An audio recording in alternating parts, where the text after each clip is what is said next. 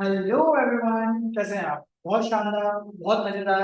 आपकी तैयारी बिल्कुल मजेदार चल रही है, एकदम सब कुछ सही चल रहा है। But you are feeling anxious, you are feeling depressed, you are feeling under prepared और लग रहा है कि यार क्या होगा, कैसे होगा, कुछ समझ में नहीं आ रहा है। एक तो मैं सारा काम कर लिया है, अभी टाइम नहीं आ रहा है। इसीलिए मैं इस वीडियो में आपके साथ बात करने आया हूँ इन्हीं पॉइंट्स पे। This video is about what you should be doing in last 27 days so that you can do your best in those 3 hours on 1st of March. As you know, the dates of CSI and NET has been announced and you have the judgmental day on 1st of March. So, 1 मार्च को आपका paper है और आपसे पूछा जाने वाला है जो आप ऑलरेडी जानते हैं सिलेबस। आज एक्चुअली ये वीडियो कल रिकॉर्ड होने वाला था और कल आपके पास मिलने वाला था 1 तारीख को। बट आज एक तो जैन का पेपर था, दूसरा परसों मॉक टेस्ट में डिटॉक्स पे ऑफलाइन बैच में कुछ ऐसा हुआ जिसने मुझे मजबूर कर दिया कि मैं इस वीडियो को एक दिन और डिले करूं और इसके ऊपर और रिसर्च करके इस वीडियो को बनाऊं। पहले मैं सोचा था कि इसको मैं अपने पर्सनल एक्सपीरियंसेस पे बनाऊं, बट पर्सनल एक्सपीरियंसेस के साथ साथ मुझे लगा कि थोड़ा रिसर्च करके और अच्छा वीडियो बनाने की जरूरत है। Because the thing that happened day before yesterday was something I was very worried about. So हुआ ऐसा कि हमारे यहाँ पे ऑफलाइन अब जैसे सब जगह मॉक टेस्ट चल रहा है, वैसे अपने यहाँ पे ऑफलाइन में मॉक टेस्ट एक बच्चे ने मॉक टेस्ट दिया अपने यहाँ पे और उसने 173 स्कोर किया 200 में से। बहुत अच्छे मार्क्स है। 70 आउट ऑफ 70 सेक्शन बी में स्कोर किया और करीब करीब 70 समथिंग कुछ अपने सेक्शन सी में और ए में 25.5 मार्क्स उसने स्कोर किए मॉक नंबर 8 और 9 में। ठीक है। When I asked her that how you are feeling about it and anything that you want to suggest to your batchmates कि वो भी इस तरीके से स्कोर कर सके, तो उसने कहा कि सर ये तो तुक्के में है, it's just a fluke. And I was surprised. तुक्के में लग गया मतलब सेम मॉक पीपीपीटीएस 2 में भी कुछ बच्चों ने दिया and there the highest number was 160 plus, because exact number बताना सही नहीं है। तो 160 प्लस वहां पे हाईएस्ट आ रहा है। ये हाईएस्ट लेके आई है, इतने पूरा ऑल ओवर इंडिया में बच्चों ने पीपीपीटीएस 2 ले रखा है और वो कर रहे हैं टेस्ट उसके ऊपर। And then she is saying it's just a fluke. Then I thought कि यार इसके पीछे का कारण क्या है। And then when I dig deep with her, हमने 1 घंटा इस पे चर्चा करी और मुझे समझ में आया कि she is completely self critic about herself. मतलब उसको लग ही नहीं रहा है, there is no self believe कि तो मेरी ही है, डिजर्व नहीं कर रही है वो, इस तरीके की थॉट्स हैं। सेल्फ क्रिटिसिज्म गजब का है, सेल्फ डाउट गजब का है और उसको लगता है कि भैया ये मेरे मतलब ये मार्क्स मेरे को नहीं सकता है, मैंने का कुछ किया ही नहीं है। एंड देन आई रियलाइज कि यहाँ तो मैं इनसे रोज मिल रहा हूँ, मैं इनसे रोज बात कर रहा हूँ, फिर भी इनको ये परेशानी आ गई है, जबकि मैं रोज 5 से 10 मिनट इस बारे में बात करता हूँ about mental state when we are in the class. तो फिर आप लोगों को क्या ये समस्याएं नहीं आ रही कि आप इन परेशानियों से नहीं जूझ रहे होंगे क्या? तो फिर मैंने सोचा कि इसके ऊपर वीडियो बनाना जरूरी है, इसको डिटेल वीडियो बनाना चाहिए। एंड दैट्स व्हाई एक दिन डिले करके एक दिन और इसके ऊपर काम करके मैं ये बोल सकता हूँ कि पिछले 5 साल का पूरा एक्सपीरियंस को निचोड़ के जो मैं करीब करीब 40-50 बच्चों का जो जेआरएफ का सिलेक्शन है और जो मैंने इतने समय में काम किया है 500 से 700 बच्चों को मिनिमम ट्रेन किया है, तो उसका पूरा क्रक्स इस आधे घंटे के आसपास की वीडियो में है। तो this video is not about what to prepare, what to not to prepare, उसके लिए मैंने बहुत सारे वीडियो ऑलरेडी देख रहे होंगे। This is about how you should be dealing with strategy. आपका स्ट्रेटजी से डील करने का क्या तरीका होना चाहिए फाइनेंशियल स्ट्रेटजी से। मेरा मतलब है what should be your strategy to deal with the anxiety. Fear of failure अगर आपको हो रहा है तो उसको आप कैसे मैनेज कर सकते हो। जो परफॉर्मेंस प्रेशर आपको आ रहा है अगर होगा कि नहीं, मैं इतना परफॉर्म कर पाऊंगा कि नहीं, मॉक टेस्ट में नंबर आ रहे हैं बट रियल टेस्ट में नंबर आए कि नहीं आए मुझे कैसे पता। ये सारी चीजों को आप कैसे टैकल करते हो और अगर आप इन प्रॉपर चीजों को टैकल कर पाते हो तो definitely you are going to score more than 150 plus for sure. So this is presented by me and you already know about me, जानते हो आगे बढ़ो। Now what are we going to discuss? The first thing is I have few assumptions that we will be discussing. Second thing, if you are feeling underprepared and you want to skip the attempt, this is very important. This is the time that most of you will think कि अरे यार अपना काम करते जून में देंगे, अभी दिसंबर वाले में तो अपना नहीं होने वाला है, जून में देते हैं, छोड़ो अभी का। तो अगर तुम भी ऐसी भावनाओं से गुजर रहे हो तो इस वीडियो को बहुत ध्यान से देखो, इसके नोट्स बनाओ और इसको इम्प्लीमेंट करने के जो मैं आइडिया दे रहा हूँ उसको इम्प्लीमेंट करो। For sure guarantee you will get benefit from it and might be this could be the last attempt that you get selected and get into your dream college for PhD or I mean fellowship or something. Now, तीसरा point है how to overcome this and what should be the plan of action, next month में हमको क्या करना है। And फिर 3 focus rewards, focus reward मतलब हम आखिर में इसके बारे में बात करेंगे। These are the 3 subjects from my side, will be solving 8 PYQs of 2 subjects, we'll be discussing क्या हम बात करेंगे लास्ट में। एक स्मॉल टेस्ट सीरीज भी मैं आपके लिए लेके आया हूँ, क्योंकि PPTS 2 जो है उसको लॉन्च करने के बाद काफी सारे नंबर बताऊं तो 100+ मैसेजेस मिल गया है कि सर थोड़ा सा एक्सपेंसिव पड़ रहा है ये सीरीज, आपके पास तो छोटा सीरीज होता बता दीजिए। तो उसके लिए बच्चे ये है। और लास्ट में एक research back daily routine what you should be following. अब डेली रूटीन का मतलब मेरा यहाँ पे ये नहीं है कि 6 बजे उठो रात को 1 बजे उठो, you can modify it yourself, but कुछ चीजें मैंने वहां पर बहुत ही ज्यादा डिटेल में जाके एक चीज को पढ़ के 17 से 18 रिसर्च पेपर को स्टडी करके कुछ इंपॉर्टेंट पॉइंट्स निकाले हैं और वो मैंने इसके अंदर डाले। सो वो हम बात करेंगे। Let's start with the first point. What are the assumptions I have for you? पहली चीज तो you know what units you are going to attempt in the real test. अब हमारे पास 13 यूनिट्स हैं, कोई भी 13 यूनिट पूरी तरह पढ़ के कभी भी नहीं जाता है ना जा सकता है। अगर आप साल भर की तैयारी में हो तो आप 10 से 12 यूनिट मैक्सिमम कर सकते हो, और अगर आप 6 महीने की तैयारी में हो तो 6 से 8 यूनिट मैक्सिमम कर सकते हो डिटेल में। सुपरफिशियली 1-2 यूनिट्स और, तो ये रियलिटी है और इसको एक्सेप्ट करना बहुत ही सिंपल बात है, जितने जल्दी एक्सेप्ट करो उतना अच्छा। तो या रियल टेस्ट में कितने मिनट अटेंड करोगे आपको ये बताऊं। दूसरी चीज, अभी तक आप 1 या 2 फुल लेंथ मॉक दे चुके हैं, उसका एनालिसिस आपने कर लिया हो और आपको पता हो कि 3 की थिंग्स क्या है। एनालिसिस के बाद पहले आपका सेक्शनल स्ट्रेंथ क्या है, आप ए में ज्यादा अच्छा कर रहे हो, बी में ज्यादा अच्छा कर रहे हो, सी में ज्यादा अच्छा कर रहे हो, तो कंसिस्टेंटली किसमें आपके नंबर्स जो है वो इंप्रूव होते चले जा रहे हैं विद एनालिसिस। आप ऑब्वियसली 1 और 2 मॉक में कंसिस्टेंसी नहीं दिखेगी, पर इतना समझ में आ रहा है कि सेक्शनल हैंडीकैप्स क्या है और सेक्शनल स्ट्रेंथ्स क्या है। एंड लास्ट एक और इंपॉर्टेंट पॉइंट जो है यहाँ पे है सेक्शनल टाइमिंग। आपको कितना समय लग रहा है ए को सॉल्व करने में, बी को सॉल्व करने में, सी को सॉल्व करने में, are you able to match with the given 3 hours. ऐसा तो नहीं हो रहा है कि पेपर ही छूट जा रहा है। ये सारी चीजें आपको बिल्कुल पता होना चाहिए। ऑल्दो ये असम्पशंस इंपॉर्टेंट तो नीचे बताऊंगा, ध्यान से सुनिए। दूसरी चीज, आपने अपना सिलेबस जो भी आपने डिफाइन किया है जिस तरह आप एक्चुअली एग्जाम में अटेम्प्ट करने वाले हो, वो कंप्लीट सिलेबस आपने कम से कम एक बार एकदम रिवाइज कर लिया है, चाहे वो ऊपर ऊपर से किया हो आपने, कोई फर्क नहीं पड़ता, सुपरफिशियली होगा तो भी चलेगा। आपका जो टारगेट है वो सिर्फ क्वालिफिकेशन नहीं है, भैया हमें जेआरएफ करना है, हमें किसी कॉलेज में पता नहीं पता लगा कि तनख्वाह शुरू हो जाए फिर उसके नाम है और बस कोई टेंशन नहीं। ऐसा अगर काम है तो फिर ये वीडियो आपके लिए नहीं है। राम राम, आप चाहे जा सकते हैं, इसमें कुछ मजा नहीं आने वाला। लेकिन अगर आपको एम अच्छी रैंक से आपको अच्छी रैंक लानी है कि या मुझे तो 100 के अंदर आके ही जेआरएफ चाहिए, या मुझे तो 50 के अंदर आके जेआरएफ चाहिए, ऐसा अगर आपको रैंक चाहिए, एसपीएम फेलोशिप चाहिए, तो फिर आप इस वीडियो में बने हो, definitely you are going to get some benefit. Most importantly, and this is actually most importantly, you have self believe, आप खुद में भरोसा करते हो, और दूसरा आप मुझ में भरोसा करते हो। अगर ये दोनों चीजें में नहीं है तो फिर वो जो कनेक्शन है वो नहीं बन पाएगा प्रॉपर। मैं जो समझाना चाह रहा हूँ वो नहीं समझोगे, कुछ और ही समझ जाओगे, और जो तुम मुझे बताना चाह रहे हो वो तुम बता पाओगे। तो you have to believe in yourself and in me, and definitely we are. Now अगर फर्स्ट वाली चीज, मतलब फर्स्ट असम्पशन क्या था, अगर आपको नहीं पता कि आप क्या क्या अटेम्प्ट करने वाले हो, और आखिरी वाली चीज जो आपका बिलीफ सिस्टम स्ट्रांग नहीं है, तो you should skip this video here only. और अगर आप चाहो तो इतने वीडियो में अगर आपको लगा हो कि यार ये तो सब टाइम पास की चीजें हैं, तो आप इस वीडियो को डिसलाइक भी कर सकते हो, कोई समस्या नहीं है। The reason is very simple, अगर आप सीरियस हो तो आपको समझ में आ रहा होगा कि सारी चीजें कितनी इंपॉर्टेंट है। Now why these assumptions are important, मैं इतना क्यों एम्फेसिस कर रहा हूँ कि मुझे तुम्हारी स्टेट ऐसे चाहिए, बिकॉज अगर तुम्हारी स्टेट ऐसी नहीं है जैसे मैं यहाँ पे बात करने की कोशिश कर रहा हूँ, तो 1 महीने में बच्चे कुछ हो नहीं पाए, एक्सट्रीमली सॉरी टू से दिस, बट 1 महीने में हम कुछ उखाड़ नहीं पाएंगे अगर हमारी स्थिति ये नहीं है तो। चलो बी वाला मैंने हटा दिया कि यार तुम्हारे टेस्ट सीरीज में तुमने अभी तक टेस्ट अटेम्प्ट नहीं किया, कोई दिक्कत वाली बात नहीं, उसको भी सॉल्व कर लेंगे। तुमने अपने सिलेबस को कंप्लीटली अभी रिवाइज नहीं किया है, पूरा नहीं किया है, कुछ हद तक तो किया होगा, और आपका मेन मोटिव है अच्छी रैंक लाना। अगर ये दो चार चीजें तुम सेटिस्फाई करते हो तो we can do something, but most importantly आप ये तभी जान सकते हो कि आप क्या क्या अटेम्प्ट करोगे जब आपने पढ़ा हो। बिना पढ़े कोई नहीं बता सकता कि क्या अटेम्प्ट करेंगे और क्या attempt exactly. So let's start with the first, ये तो assumption। सेकंड क्वेश्चन क्या है हमारा, why we are feeling under, ठीक, this is important question. So see, every time when we face some test, there is a concept called test anxiety. What's the meaning of test anxiety?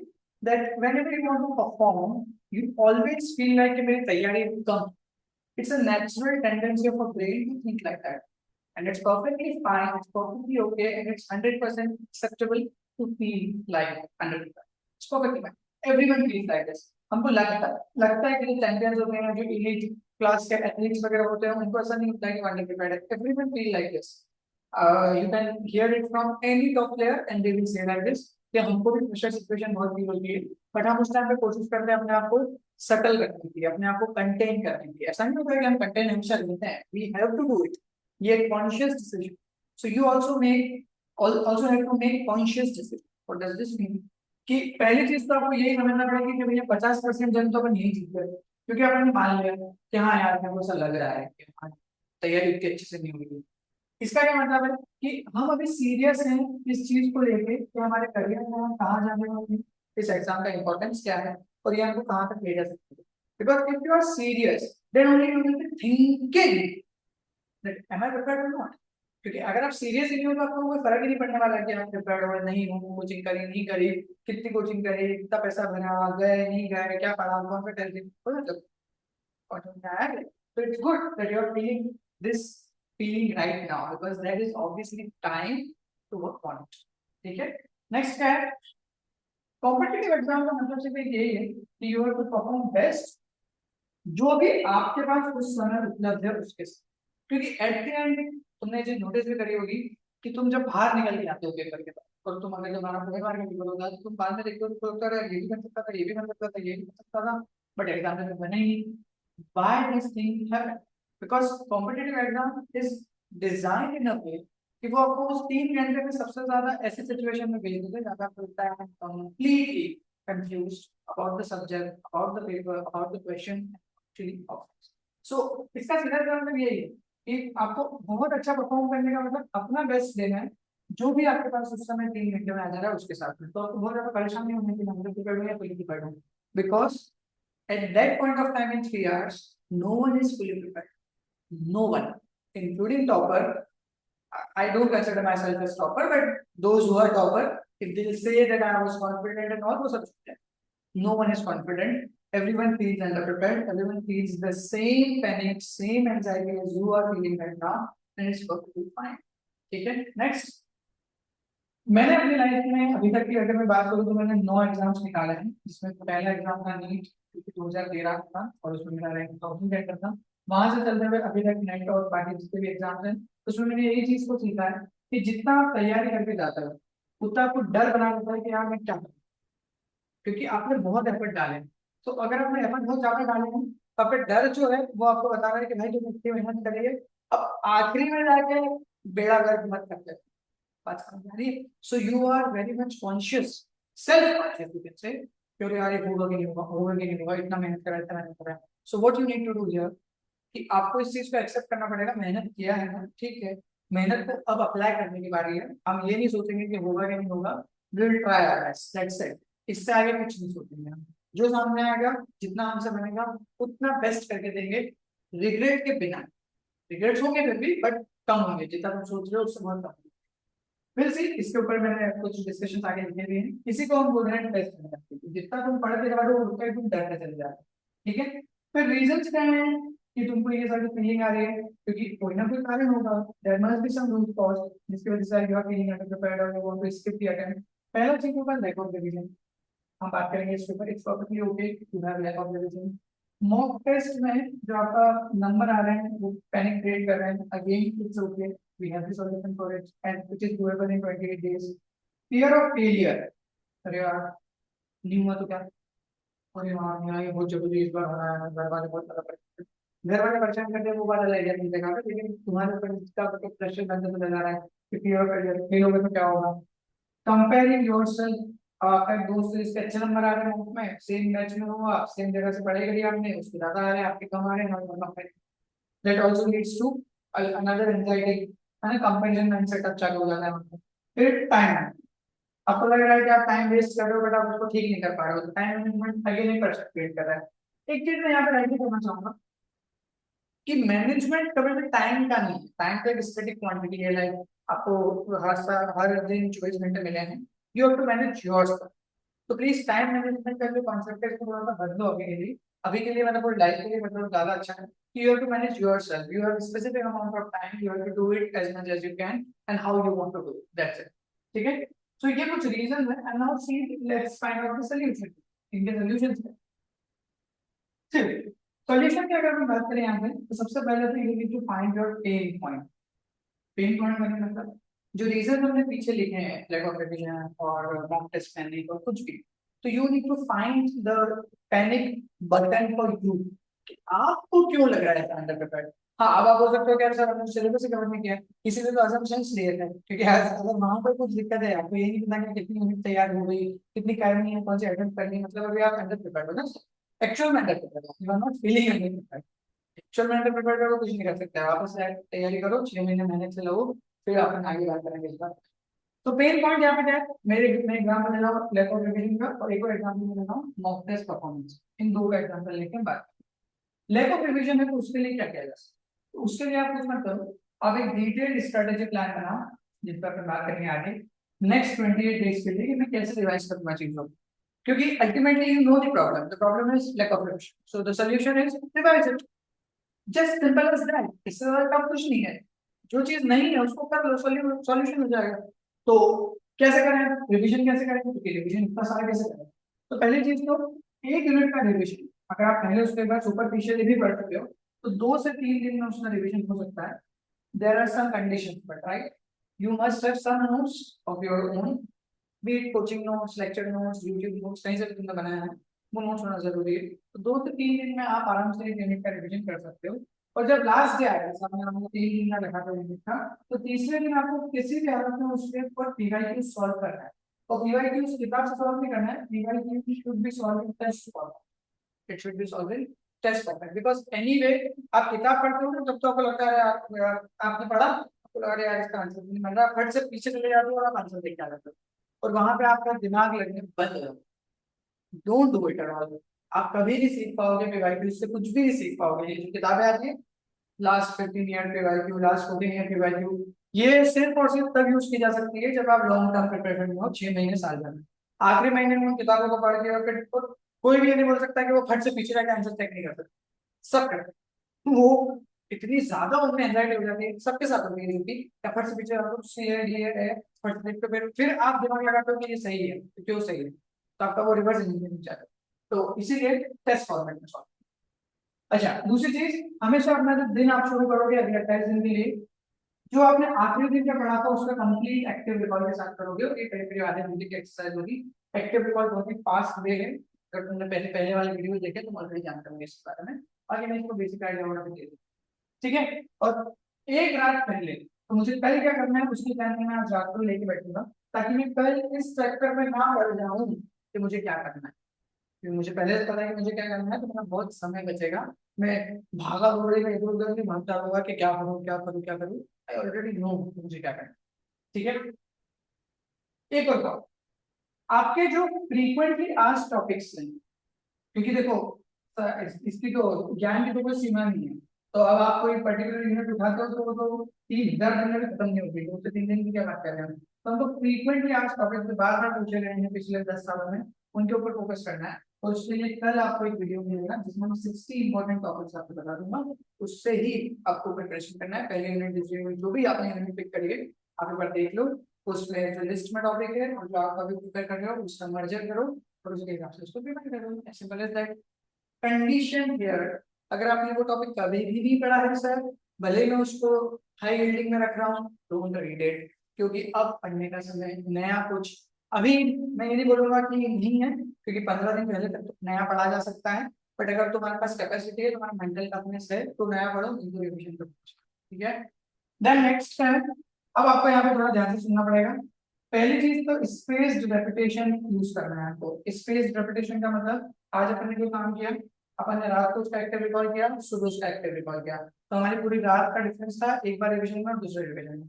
अब हर Sunday को हमको भी revision देना पड़ेंगे जितना भी हम कवर कर रहे हैं, और तभी हम बैक टू द पॉइंट। यहाँ पे स्पेस रेपिटेशन का मतलब समझ में आया, एक रिपीटेशन यहाँ है, फिर कुछ रिपीटेशन थोड़ी दूर बाद, फिर थोड़ी दूर बाद, फिर थोड़ी दूर बाद। इससे हम क्या करते हैं, बार बार रीइंफोर्स करते हैं मेमोरी को, हमारे दिमाग को बोलते हैं भैया ये इंपॉर्टेंट चीज है, इसलिए तेरे सामने बार बार रख रहा हूँ मैं इसको, इसको याद रख। सेल्फ एफिकेसी बिल्ड करना होगी। सेल्फ एफिकेसी बिल्ड करने का क्या मतलब है? That you need to believe that what you are doing is correct as per your knowledge, your intellect and your work limitation and likes and dislikes. आपको जो पसंद है, जो ना पसंद है, जो आपकी जरूरतें हैं, जो आपकी मजबूरियां हैं और जो आपकी स्थिति है, सबको सोच समझ के आप जो कर रहे हो अपने लिए वो बेस्ट। तो this is the self belief I am talking about, that you need to believe in your strategy. और ये लास्ट वीडियो होना चाहिए स्ट्रेटेजी का, अगर तुम इसमें सच में सक्सेसफुल होना चाहते हो किसी में। वरना सिर्फ स्ट्रेटेजी ही देखते रहोगे, इम्प्लीमेंट कुछ भी नहीं करोगे और बस यही चलता रहेगा लाइफ में। कॉग्निटिव रिस्ट्रक्चरिंग ये भी बहुत जरूरी है। अभी तो स्पेसिफिकली आपको हर दिन ऐसे थॉट्स आने कि मैं काबिल नहीं हूँ, मैं अभी तक अंडर प्रिपेयर्ड हूँ, मेरे लिए नहीं बनी है ये एग्जाम, मेरे को बहुत पढ़ने की जरूरत है। आपको हर बार उन थॉट्स को डील करना सीखना पड़ेगा और डील करने का तरीका सिंपल सा है। Accept the thought, discuss the thought with yourself. तुमको लग रहा है कि मेरा नहीं होगा तो सीधा अपने आप को बोले ठीक है भाई नहीं होगा, मान लिए बात। बट तू अपना 100% जितना दे सकता है, जितना पढ़ सकता है उतना पढ़ के तू जा। नहीं होगा ना तो कोई दिक्कत वाली बात नहीं, वैसे भी नहीं हो रहा है। हम इस चीज को सोच के अपना टाइम वेस्ट कर रहे हैं, इससे बढ़िया है कि थोड़ा बहुत पढ़ के चले जाए। जितना हम पढ़ सकते थे, तुम 2 घंटे रोज पढ़ सकते हो ना, ये कैपेसिटी है ना तुम्हारी, 2 घंटे बैठ सकते हो तो 2 घंटे अगले 27 दिन बैठो। 27 दिन में तुम करोगे कितना आएगा? 54 आवर्स। एटलीस्ट तुम 54 आवर्स तो एक्स्ट्रा पढ़ के जाओगे, अगर आज से तुम यही सोच सोच के बस अपना टाइम वेस्ट कर रहे हो उसकी बजाय। ठीक है, तो ये बहुत इंपॉर्टेंट बात है, कॉग्निटिव रिस्ट्रक्चरिंग। और आखिरी चीज, आपके पास एक सॉलिड स्ट्रेटजी होना चाहिए। मैं आगे बताऊंगा कि क्या सॉलिड स्ट्रेटजी होना चाहिए। और वो स्ट्रेटजी जो है वो डेडिकेटेड टाइम के लिए फॉलो की जानी चाहिए as per your pen points. जो भी आपके पेन पॉइंट्स है उसके अकॉर्डिंगली वो बनेगी। कैसे बनेगी जरूर बताओ। तो ये तो हुआ लैक ऑफ रिविजन का पूरा प्लान। यहाँ पे ये 2 पॉइंट्स थे लैक ऑफ रिविजन के लिए, ये 3 पॉइंट मान लो, तो ये 3 पॉइंट हमारे पास में लैक ऑफ रिविजन के लिए रहे, दीज 3, है ना। और बाकी दो जो है ये सब में लगेंगे। अब मॉक टेस्ट परफॉर्मेंस को कैसे इंप्रूव किया जाए? आपको मॉक टेस्ट दिया, अब आपने उसको अगर एनालाइज नहीं किया तो there is no use of mock. तो I want to show you a report of one of my student who is in IISc now, performing her integrated PhD. So just pause the video and go through the report. ये उसकी mock test 1 पिछले साल की IIT jam का mock test 1 था, उसके लिए उसने रिपोर्ट बनाई है। और मुझे नहीं पता कि कितना अच्छे से क्लियर दिख रहा है ये, but as per my knowledge it's very clean. So pause the video and go through the report. You will understand 2 3 things. First is it is very organized. Second thing is there is specifically reason mentioned. मैंने बोला था इन लोगों को कि तुम reason mention करो कि ये सवाल क्यों गलत हुआ, रॉन्ग क्वेश्चन तो लैक ऑफ रिविजन। अब लैक ऑफ रिविजन है तो उसने इस क्वेश्चन से रिलेटेड जो इंपॉर्टेंट पॉइंट उसको सॉल्यूशन को पढ़ के लगे उसने ये सारे लिख लिए। सेम गोज हियर, उसने देखा लैक ऑफ रिविजन अनअटेम्प्टेड था, ये रॉन्ग क्वेश्चन नहीं माना गया क्योंकि जेम में सारे क्वेश्चन अटेम्प्ट करना होता है। आपने यहाँ पे लैक ऑफ रिविजन लिखा, उसने सारी चीजों को जाके यहाँ पे ultimately conduct energy storage capacity MCQ में पार्ट बी में उससे कोई गड़बड़ हुई, choose the wrong option by mistake, तो उसने मिस्टेक को भी डिफाइन किया कि क्या रहा। आपको इस चीज को समझना पड़ेगा कि you can only use box if you analyse that. बाकी तुम 100 मॉक दो या 300 कोई फर्क नहीं पड़ता। एक रिपोर्ट में और बताना चाहता हूँ तुमको, ये बीबीपीटीएस 2 की एक स्टूडेंट की रिपोर्ट है और इसको भी पॉज करो और थोड़ा सा गो थ्रू करो इसके बारे में, 30-35 सेकंड में इसको देखो, तुमको समझ में आएगा कि एक्चुअली रिपोर्ट बनाई कैसे जाए। इधर क्वेश्चन नंबर्स हैं, इन क्वेश्चन के साथ में आउटपुट क्या रहा, पहले लोग इनकरेक्ट बनाते हैं तो करेक्ट भी बनाते हैं, फिर इनका रीजन क्या रहा, रीडिंग मिस्टेक, सिली मिस्टेक, तो सोल्यूशन क्या है उसका कि सर हमें के बारे में पढ़ना है, सिली मिस्टेक हो गई तो रिवाइज नहीं हो प्रॉपर्ली। जैसे यहाँ पे इनकरेक्ट हुआ, नॉट अंडरस्टैंडिंग द क्वेश्चन, तो मेमोरी के बारे में नहीं पता है, एक्सप्लेनेशन को रीड करना है मॉक में से ताकि पता चले कि क्या नया कॉन्सेप्ट पूछा गया। टाइप जंक्शन, इससे क्या था, क्वेश्चन को कंफ्यूजन हो गया था तो उसको कैसे सवाल में टाइप जंक्शन की तैयारी प्रॉपर नहीं हुई। इससे तुमको एग्जैक्ट समझ में आता है कि कहाँ हम फंबल कर रहे हो, कहाँ हम काम कर रहे हैं। क्योंकि at the end you feel that you have prepared 8 units और 10 यूनिट्स और 4 से 30 मिनट्स, बट मॉक में लग रही है क्या? Are you able to apply that? Are you able to implement that the knowledge you have which you call it as knowledge? No. तो फिर इसके लिए इस पे काम करो, इस रिपोर्ट बनाओ अच्छे से, ठीक है। तो that's how you can improve your mock test performance. किसी भी जगह का कोई भी मॉक ले आओ, ये one size fit for all strategy है। मेरे कई सारे बच्चों को इससे फायदा हुआ है and I am pretty much sure you will also get benefit. Let's move on. Then one pager notes, ये भी बहुत लोगों ने पूछा था क्या वन पेजर नोट्स के बारे में बात करते हो, फटाफट रिवाइज करने के लिए वन पेजर नोट बनाओ। बट कैसे बनाया? आपने अपने तो बताया बट आपके स्टूडेंट के भी एक दो बताओ। तो यहाँ पे ये वन पेजर नोट है जो एक स्टूडेंट ने बनाया है, जियोलॉजिकल टाइम स्केल का वन पेजर है। इसको भी तुम पॉज करो एक बार और देखो, अगर तुम ध्यान से देखोगे तो पूरा कंप्लीट यहाँ पे जियोलॉजिकल टाइम स्केल हो गया है। इसके अंदर सिर्फ एग्जाम्पल्स नहीं है कि कौन से वाले में क्या आया, उसके लिए इसने यहाँ तक एक वन पेजर और बना रखा है जिसमें कहाँ पे फर्स्ट लैंड कहाँ पे आया, कहाँ पे फर्स्ट सेमोरिया कहाँ पे है, आर्कियोप्टेरिक्स कहाँ था, वो सारी चीजें। तो पहले ये पूरा फाउंडेशन क्रिएट हो गया और फिर आप इसके ऊपर चीजों को जोड़ते चले गए। और हमेशा कनेक्शन मेमोरी ही काम करती है। आप स्प्लिट्स में याद नहीं रख सकते हो चीजों को, you have to connect the thing.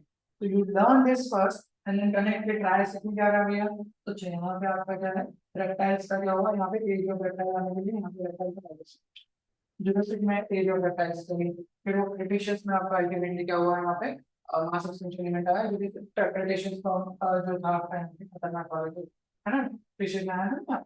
और प्रमेय ट्रायसिक में भी हुआ था मास एक्सटिंक्शन। तो इस तरीके से आप ये सारी चीजें। तो what I mean to say over here कि वन पेजर नोट जो है वो बहुत जरूरी है, क्योंकि वो आपको एक कॉन्फिडेंस बूस्टर की तरह ऐड करते हैं कि हाँ ये टॉपिक मैंने पढ़ा है, ये टॉपिक मैंने पढ़ा है, ये टॉपिक मैंने पढ़ा है। तो मैं इस टॉपिक बस एक बार नजर मारती हूँ, इसको बंद कर देती हूँ, फिर मैं उसको कंप्लीट एक्टिव रिकॉल करती हूँ। जैसे अगर मैं इस स्लाइड को हटाऊंगा, मैं उनको बोलूँ कि चलो इसको पॉज करो, 2 मिनट इस स्लाइड को देखो, और उसके बाद मैं इस स्लाइड को हटा देता हूँ, चेंज। नाउ एक्टिव रिकॉल करो उसका क्या लिखा था थियोरेटिकल टाइम्स के उसके नीचे का। अच्छा इधर डी कैंडिडेट लिखा था, इधर क्या ऐसा कुछ लिखा था, इधर फेनेरोजोइक लिखा था, ई उसके बाद में यहाँ पे ओ आर ई बी इस तरीके से कुछ लिखा था, यहाँ पे और था नहीं, O R E B. I mean to say here that that's how you reinforce the memory again and again, again and again. It becomes very important. Now let's come back to the point. My management strategy for stress. So it's very simple. बहुत कुछ बहुत rocket science में नहीं है कि सबसे पहले चीज तो मैं समझने की कोशिश करता हूँ कि मैं आउटकम माइंडसेट से परफॉर्मेंस माइंडसेट से निकल के प्रोसेस माइंडसेट से आ जाता हूँ। मैं ये नहीं सोचता हूँ कि मैं उन 3 घंटे में क्या करूंगा, रादर देन मैं ये सोचता हूँ कि मैं उन 3 घंटों के लिए बेस्ट परफॉर्मेंस कैसे ला सकता हूँ आज कुछ कर। So my process is my more prioritized event rather than my performance, क्योंकि आज तो परफॉर्म करेंगे कुछ मिलने नहीं वाला है। परफॉर्म तो उस दिन 3 घंटे ही करना पड़ेगा, 1 मार्च को। तो आज मेरा मोटिव क्या होना चाहिए, मैं अच्छे से अच्छे अपने प्रोसेस को फॉलो करूँ और उस प्रोसेस को बहुत अच्छे से रिफाइन कर लूँ। वो रिफाइन कैसे करना है आपसे। Then finding the root cause of the stress. क्या स्ट्रेस का रूट कॉज क्या है, पढ़ नहीं रहा हूँ स्ट्रेस का रूट कॉज है, सो नहीं रहा हूँ हमसे स्ट्रेस का रूट कॉज है, बहुत सारे डिस्ट्रैक्शन है स्ट्रेस का रूट कॉज है, 25 चीजें दिमाग में चल रही स्ट्रेस का रूट कॉज है। इनको ढूंढने के बाद ही आगे कुछ किया जा सकता है। And then I find the easiest solution. Suppose पढ़ नहीं रहा हूँ तो स्ट्रेस का रूट कॉज, तो मैं क्या करूंगा, 1 घंटे का एक टाइमर बनाऊंगा कि 1 घंटे आज पढ़ते हैं। थोड़ी देर बाद वापस से मन में जोर से विचलित होगा तो घूम के फिर से 1 घंटे का टाइमर लगाऊंगा, 1 घंटे और पढ़ता है, 1 घंटा बस, उससे ज्यादा कुछ नहीं करना। इससे क्या होगा कि मेरा दिमाग जो है वो धीरे धीरे करके क्या करेगा, पढ़ाई की तरफ मूव करेगा। मैं एकदम से उसको बम्बार्ड नहीं करता हूँ भैया 8 घंटे पर। तुम कुछ समझो कल तक तुम 1 रोटी खा रहे थे, मैं आज रखा नहीं, बोलो चलो 10 रोटी खाओ, तो कैसे होगा ये। 1 घंटा में नहीं पढ़ा रहा है कोई बात नहीं, 25 मिनट का ढंग का सेशन अरे का समझ में। ऑब्वियसली ये चीज अब 1 मंथ वालों के लिए नहीं अप्लाई होती है, क्योंकि अगर आपने अभी तक ही नहीं पढ़ा है तो अभी पढ़ के बहुत अच्छा रिजल्ट निकालना थोड़ा मुश्किल होगा।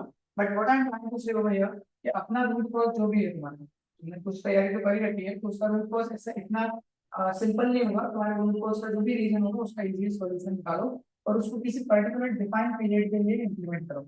हमारे लिए जो डिफाइंड पीरियड कितना है, 27 डेज का पीरियड, ठीक है। और अगर मैंने वो 27 डेज के लिए काम किया होगा तो फिर मेरे पास में कोई रिग्रेट नहीं रहेगा, तो क्या प्रॉब्लम क्या थी उसका सॉल्यूशन निकाला और उसको डिफाइन पीरियड के लिए अप्लाई किया। तो यहाँ पे कोई स्ट्रेस बन रहा है उससे, मैंने कोई रिग्रेट रहता है। तो तुम भी ये चीज कर सकते हो अगर तुमको लगता है तो, इफ यू फील लाइक हाँ ये जेन्युइन और इम्प्लीमेंटेबल बहुत सिंपल स्ट्रेटजी इम्प्लीमेंट करो, अच्छी बात है।